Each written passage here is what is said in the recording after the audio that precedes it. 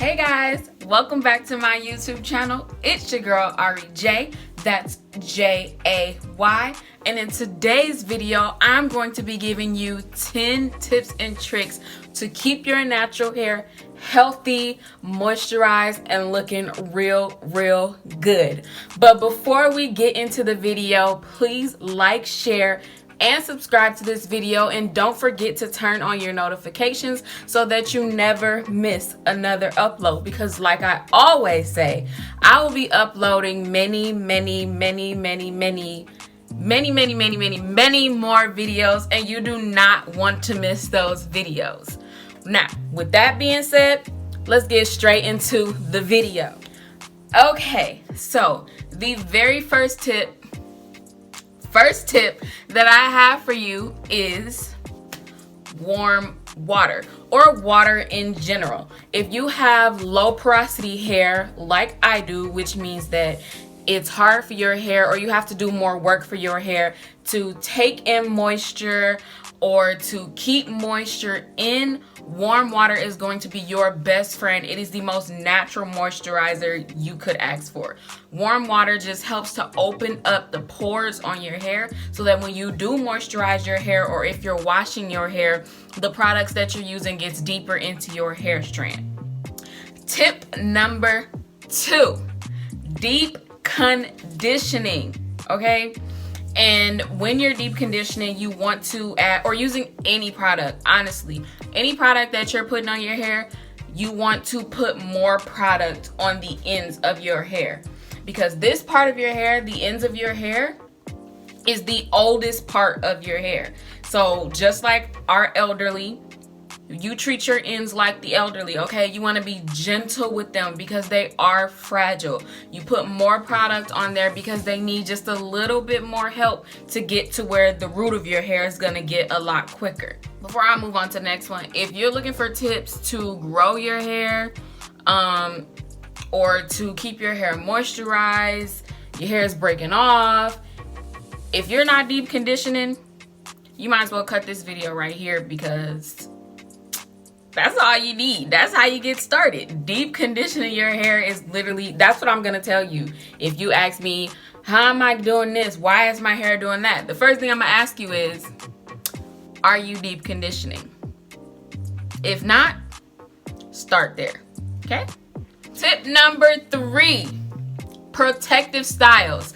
Healthy protective styles. We're going to talk about what is and what is not a healthy protective style. So the style I have in my hair right now, which is 2 twists and a ponytail in the back, that is a healthy protective style because it keeps my hands out of my hair. I'm not touching my hair, I'm not pulling on it, any of that. And my edges are out of the twist, so it's not pulling on my edges. That is a healthy protective style. A ponytail can be a healthy protective style. A puff can be a healthy protective style. Box braids can be a healthy protective style. But if your hair is already fragile, your hair is breaking off, your hair is thin, dry, and then you go and put jumbo box braids in your hair, or you go to somebody who's braiding up all your edges, that's not a healthy protective style, because your hair cannot handle that right now. If your hair is in a good, healthy state, thick, strong, prosperous, go ahead and put jumbo box braids in your hair, because your hair can handle that kind of weight pulling on it. But if you're looking for a protective style to help your hair grow, you might want to go with some medium-sized box braids or some Senegalese twists, something that's a little lighter and a little simpler. And always ask the person who's doing your braids to leave out your edges, because pulling those edges into those braids like that, and you pulling them up into buns, ponytails, letting them hang, you're gonna pull out your edges, and we don't want that. We keeping our edges all 2019 going into 2020, 2021, 2022 for the rest of our lives, okay? We keeping up with our edges. Tip number 4, stay out of your hair once it is styled. So let's say I were to do a twist out. Twist outs are beautiful, big, voluptuous sometimes, because my twist outs, the shrinkage be coming from my life. So let's say a braid out. You do a braid out. Braid outs are big, voluptuous, wavy, real cute, real cute. But if you're continuously all day moving your hair around, flipping it, doing all this, all you're doing is pulling the moisture and oils that you put in your hair, the oils that your hair naturally has. All you're doing is pulling that out every single time you touch it. So you're wasting product, basically. Tip number 5, wash and goes, ponytails, puffs. While these are all beautiful styles, wearing them all the time, every single day, is not good for your hair. We're gonna start with wash and goes and tell you why that's not good for your hair. Because of the gel you're using. Some gels out there claim that they moisturize, and they do for a little bit. But if you're putting that gel in your hair every single day, you are drying your hair out. You are literally turning your hair into a mummy. You just wrapping it up and it's drying out. That's what the gel is doing to your hair when you're doing that every single day. Ponytails. Do not do ponytails every single day, because when you're pulling on your hair, you pulling all of this back, and that tension from your hair is just snapping pieces out of your hair from the root. Sometimes your edges, if you're doing those slick down ponytails all the time, you could be pulling your edges at the same time. And that's the same thing with the puff. You're just putting way too much tension on your hair every single day. Now, puffs and ponytails are protective styles when used correctly.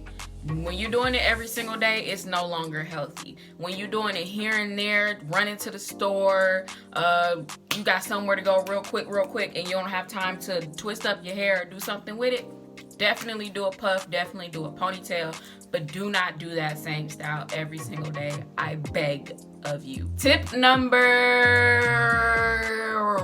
6. Sleep with a silk or satin pillowcase, scarf, and or bonnet. All of these products, the satin pillowcase, bonnet, and hair scarf are going to help you to retain moisture. If you're sleeping on a cotton pillowcase or with a cotton bandana from the beauty supply store, once again, you're just stripping all that moisture out of your hair that you just put in it. Not to mention friction from moving around at night. You just literally rubbing your hair out of your head during the night. Like, y'all know how babies, they get that little bald spot in the back of their head from where they lay all the time? That is what you're doing to your hair every single time that you sleep on a cotton pillowcase or with a cotton scarf on, polyester, all of that, without having a satin scarf on top or something like that. Tip number 7. Okay, so if you want to have the bombest puff of all puffs, queen of puffs, king of puffs, whatever, use headbands. The headbands I use are the Goody Ouchless. Can you see that? Goody Ouchless 6-count headband. So these headbands, they don't have any metal pieces on there. I'm just gonna rotate it so you can see. There are literally no metal pieces on this headband to pull out your hair in your puff. When you take them out, all your hair is still there. There's no hair on the headband. And it's simple. It's so simple to do a puff with one of these. And if y'all want me to do a video or show you in a video how I do a puff with these, let me know, because this literally is the answer to all of your prayers. Tip number 8, massage your scalp. Not only does it feel good, but it promotes growth. By massaging your scalp, you're just getting the blood flowing into your hair follicles. Your hair growth starts from right here. It starts from on your scalp. So by massaging your scalp, getting that blood flowing, and while you're doing it, you just put your head down. You know how when they say when you hang upside down, all the blood rushes to your head? That's what we're aiming for. I know they say you're not supposed to do it but too long, but that's what we're aiming for. You're trying to get the blood flowing in your scalp. So you put your head down like this and you just massage, and that promotes hair growth. Tip number 9. As y'all can see, probably not so much with this hairstyle, but I am team Edges do not always have to be laid. Edges do not always have to be laid. Okay?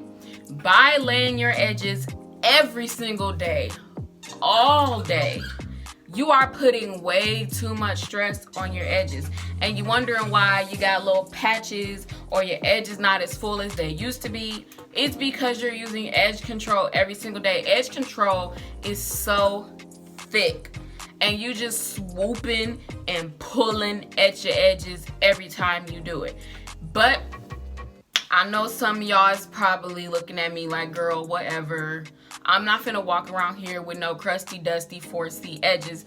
And I understand, I feel you. Trust me. So let me tell you this. If you are going to lay your edges every single day, if it's a necessity for you, you can't live without it, you refuse to walk out the house without your edges laid, just make sure that before you apply your edge control, you're putting oil on your edges so that there's a barrier in between your edges and your edge control.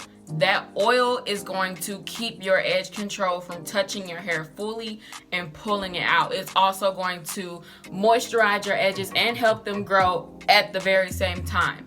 Okay? So if you're gonna wear your edge control every single day, please put oil onto your edges before you use edge control, or you're gonna wake up one day and find out you can't swoop no more. Okay? And we all love our swoops. All right, tip number 10. The last and final tip. Protein treatments. Everybody want to run to a protein treatment when their hair not growing or it's not shining like it's supposed to. Protein treatments can be an angel on your shoulder, or they can be the devil on your shoulder. They can be the devil on your shoulder if you're looking for growth. Okay? They can be the angel on your shoulder if you're looking for strength.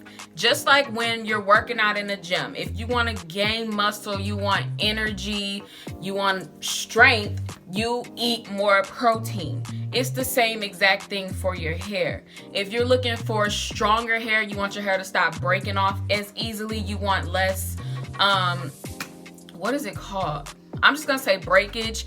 When you're detangling your hair, you want less hair in the brush, then protein treatments are for you. That is what you're looking for. If you're looking for growth, start at your ends, because your hair is always growing. You're just not retaining that length because your ends are breaking off. You're not taking care of your ends like you're supposed to. Actually, surprise! Congratulations! Woo! Woo! I'm going to throw in a bonus tip for you. Okay, so tip number 11, we're going to talk about steam. Because I have been seeing a lot of people have been running to steam instead of heat. So like if you're deep conditioning, people are steaming their hair with deep conditioning on it. People are steaming their hair before they wash it. Steam, okay? Using steam to straighten your hair instead of heat. Now, I myself love steam. Steam is a beautiful thing, especially before you're about to wash your hair. It gives you the same effect as warm water. It opens up the pores of your hair to accept all of the shampoo and actually clean your hair. When you're deep conditioning, it opens up the pores to accept all of the moisture from the conditioner and lock it in. But steam can also be bad if you use too much steam. Steam is heat, okay? Steam is heat. It's still heat. So if you're using too much steam on your hair, you're using steam all the time, or if your steam machine, the temperature is too high, you can still get heat damage from steam. So be careful with that. That is my last and final bonus tip and trick for your natural hair. Be careful with steam. You can still get heat damage. With that being said, that is all the tips that I have for you today. Thank you so much for watching, and I will see you in my next video. Bye.